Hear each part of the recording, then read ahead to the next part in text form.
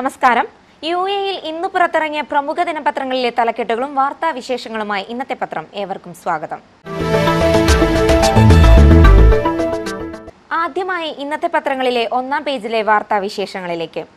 നെയ്യാറ്റിൻകര ഉപതെരഞ്ഞെടുപ്പ് ജൂൺ 2-ന് നടക്കും എന്ന വാർത്തയാണ് ഇന്നത്തെ പത്രങ്ങളിലെ ഒന്നാം പേജിൽ പ്രാധാന്യത്തോടെ നൽകിയിരിക്കുന്നത്. നെയ്യാറ്റിൻകര ഉപതെരഞ്ഞെടുപ്പ് ജൂൺ 2-ന് നടക്കും എന്ന തലക്കെട്ടോടുകൂടിയാണ് ഗൾഫ് മാധ്യമത്തിൽ ആ വാർത്ത റിപ്പോർട്ട് ചെയ്തിരിക്കുന്നത്. നെയ്യാറ്റിൻകര ഉപതെരഞ്ഞെടുപ്പ് ജൂൺ 2-ന് നടക്കും. ജൂൺ 15-നാണ് വോട്ടെണ്ണൽ. തെരഞ്ഞെടുപ്പ് വിജ്ഞാപനം മെയ് 9-ന് പുറത്തിറങ്ങും. നാമനിർദ്ദേശ പത്രിക മെയ് 16 വരെ സമർപ്പിക്കാം. UDF സ്ഥാനാർത്ഥിയായി ആർ ശെൽവരാജും LDF സ്ഥാനാർത്ഥിയായി F ലോറൻസും BJPക്ക് വേണ്ടി O രാജഗോപാലും മത്സരിക്കും. ഒപ്പം തന്നെ മറ്റൊരു വാർത്ത ഗൾഫ് മാധ്യമത്തിൽ റിപ്പോർട്ട് ചെയ്തിരിക്കുന്നു. SSLC ഫലം നാളെ. SSLC പരീക്ഷാഫലം വ്യാഴാഴ്ച പ്രഖ്യാപിക്കും. രാവിലെ 11:30-ന് മന്ത്രി PK അബ്ദുറബ്ബ് ഫലം പുറത്തുവിടും. ഏപ്രിൽ 2-ന് ആരംഭിച്ച മൂല്യനിർണ്ണയം 20-ന് തീർന്നു. പരീക്ഷാഫലം മുൻവർഷത്തേക്കാൾ ഇക്കൊല്ലം 2 ദിവസം നേരത്തെയാണ്. ഒപ്പം തന്നെ മറ്റൊരു വാർത്ത, കടലിലെ വെടിവെപ്പ് കേസുകൾ ഒത്തുതീർന്നു. മിഡിൽ ഈസ്റ്റ് ചന്ദ്രികയിലാണ് ഈ വാർത്ത നൽകിയിരിക്കുന്നത്. ഇറ്റാലിയൻ കപ്പൽ എൻട്രിക്ക ലെക്സിയിൽ നിന്ന് വെടിയേറ്റ് മരിച്ച 2 മത്സ്യത്തൊഴിലാളികളുടെ ബന്ധുക്കൾക്ക് 1 കോടി രൂപ വീതം നൽകി കേസ് ഒത്തുതീർപ്പാക്കി. മരിച്ച ജലസ്റ്റിന്റെ ഭാര്യ ഡോറമ്മയ്ക്ക് 1 കോടി രൂപയും മരിച്ച അജീഷ് പിങ്കുവിന്റെ സഹോദരിമാർക്ക് 50 ലക്ഷം രൂപ വീതവുമാണ് ലഭിക്കുക. ഡീസൽ വില നിയന്ത്രണം നീക്കുന്നു എന്നൊരു വാർത്ത ഗൾഫ് മാധ്യമത്തിൽ റിപ്പോർട്ട് ചെയ്തിരിക്കുന്നു. ഡീസൽ വില നിയന്ത്രണം എണ്ണ കമ്പനികൾക്ക് നൽകാൻ കേന്ദ്ര സർക്കാർ തീരുമാനിച്ചു. ഇതോടെ ഡീസൽ വില കുത്തനെ കൂടും. സാധാരണക്കാർക്ക് ബുദ്ധിമുട്ടുണ്ടാകുന്നത് തടയാനായി ഡീസലിന്റെ ചില്ലറ വിൽപ്പന വില നിരീക്ഷിക്കുമെന്നും രാജ്യസഭയിൽ എഴുതി സമർപ്പിച്ച മറുപടിയിൽ സർക്കാർ വ്യക്തമാക്കി. സിറാജിൽ നൽകിയിരിക്കുന്ന വാർത്ത, കാലിക്കറ്റ് ഭൂമിദാനം റദ്ദാക്കി. കാലിക്കറ്റ് സർവകലാശാലയുടെ ഭൂമി സ്വകാര്യ ട്രസ്റ്റുകൾക്ക് നൽകാനുള്ള തീരുമാനം സിൻഡിക്കേറ്റ് യോഗം റദ്ദാക്കി.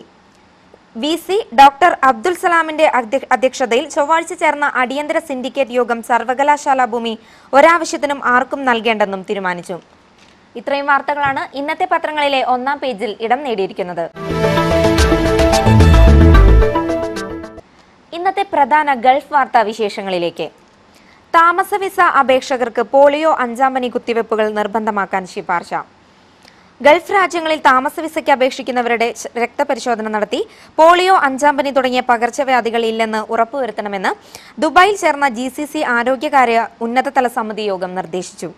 രാജ്യത്തെത്തുന്ന വിദേശ പൗരന്മാരിൽ പോളിയോ 5-ാം പനി തുടങ്ങിയ സാംക്രമിക രോഗാണുക്കളില്ലെന്ന് കാണിക്കുന്ന സർട്ടിഫിക്കറ്റ് കൂടി ആവശ്യമാണെന്നും ആവശ്യ സന്ദർഭങ്ങളിൽ മതിയായ പ്രതിരോധ കുത്തിവയ്പ്പുകൾ കൂടി നടത്തേണ്ടതാണെന്നും സമിതി നിർദ്ദേശിച്ചു.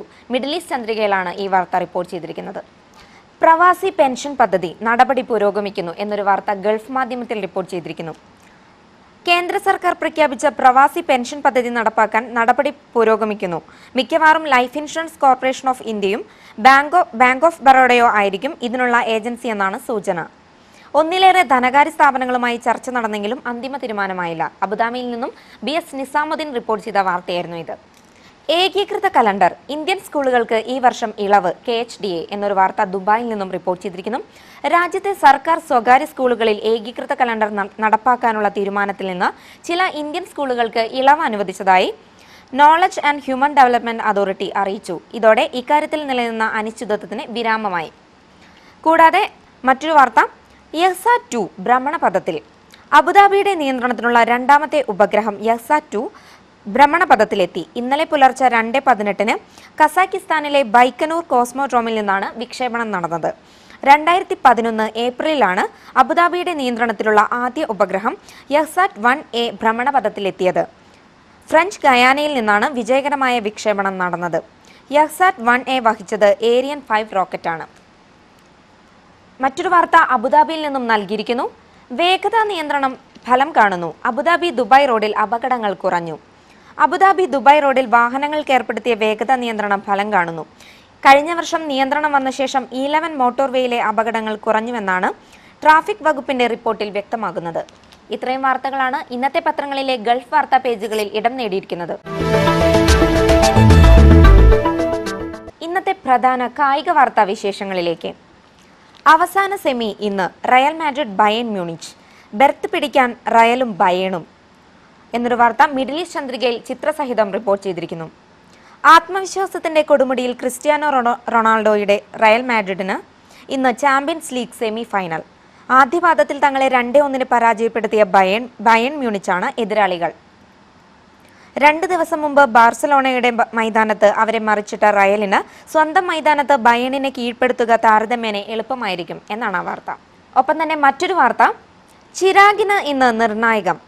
ഐ ലീഗ് ഫുട്ബോൾ ചാമ്പ്യൻഷിപ്പിൽ നിലനിൽപ്പിന് വേണ്ടിയുള്ള നിർണായക പോരാട്ടത്തിൽ ചിരാഗ് യുണൈറ്റഡ് കേരള ഇന്ന് പൈലൻ ആരോസിനെ നേരിടും. ഉച്ചകഴിഞ്ഞ് 3 മണിക്ക് ജവഹർലാൽ നെഹ്റു സ്റ്റേഡിയത്തിലാണ് മത്സരം. ഐ ലീഗിലെ മുമ്പന്മാരായ ഈസ്റ്റ് ബംഗാളിനെ കഴിഞ്ഞ മത്സരത്തിൽ അവരുടെ തട്ടകത്തിൽ വെള്ളം കുടിപ്പിച്ച ചിരാഗ് ജയിച്ചിരുന്നെങ്കിൽ ചിത്രം മറ്റൊന്നാകുമായിരുന്നു എന്നാണ് ആ വാർത്ത. മഴ കളി മുടക്കി എന്നൊരു വാർത്ത ഗൾഫ് മാധ്യമത്തിൽ റിപ്പോർട്ട് ചെയ്തിരിക്കുന്നു. IPL-ലെ Kolkata Knight Riders Deccan Chargers മത്സരത്തിന് മഴ വില്ലനായി. ടോസിന് മുമ്പേ എത്തിയ കനത്ത മഴ രാത്രി വൈകിയും തുടരുകയാണ്.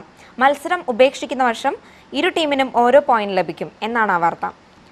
ഇത്രയും വാർത്തകളാണ് ഇന്നത്തെ പത്രങ്ങളിലെ കായിക വാർത്താ പേജിൽ ഇടം നേടിയിരിക്കുന്നത്.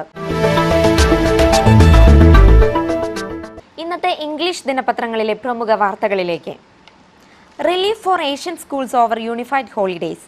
The confusion following the change in dates of school holidays and a new unified calendar for schools has been cleared following an announcement by Dubai's Knowledge and Human Development Authority. Asian schools in Dubai have been exempted from the ruling as the unified calendar will not affect them.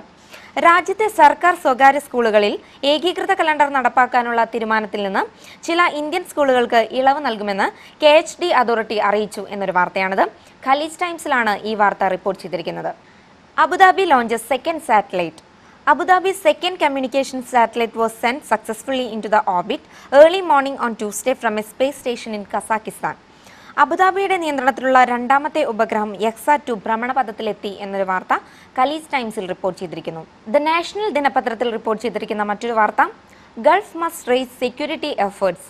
GCC രാഷ്ട്രങ്ങൾ സഹകരിച്ച് സുരക്ഷാ ശ്രമങ്ങൾ ഏർപ്പെടുത്തണം എന്നൊരു വാർത്തയാണത്. ഇത്രയും വാർത്തകളാണ് ഇന്നത്തെ English ദിനപത്രങ്ങളിൽ പ്രാധാന്യത്തോടെ നൽകിയിരിക്കുന്നത്.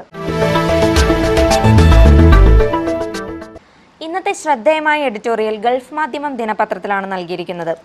രാഷ്ട്രപതി ഭവനിൽ ഇനി ആര് എന്ന തലക്കെട്ടോടുകൂടിയാണ് എഡിറ്റോറിയൽ നൽകിയിരിക്കുന്നത്.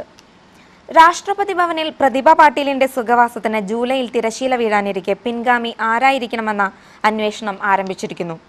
തങ്ങളുടെ ആജ്ഞാനുവർത്തിയായിരിക്കണം പുതിയ രാഷ്ട്രപതിയും എന്ന് ഭരണമുന്നണി ആഗ്രഹിക്കുക സ്വാഭാവികമാണെങ്കിലും സ്വന്തം സ്ഥാനാർത്ഥിയെ നിർത്തി വിജയിപ്പിക്കാനുള്ള ശക്തി അവർക്കില്ല.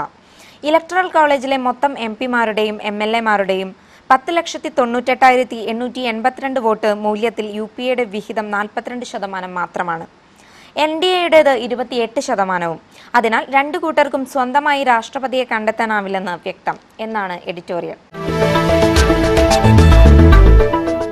പുതിയ പത്രവിശേഷങ്ങളുമായി വീണ്ടും അടുത്ത ദിവസം കാണാം. നന്ദി.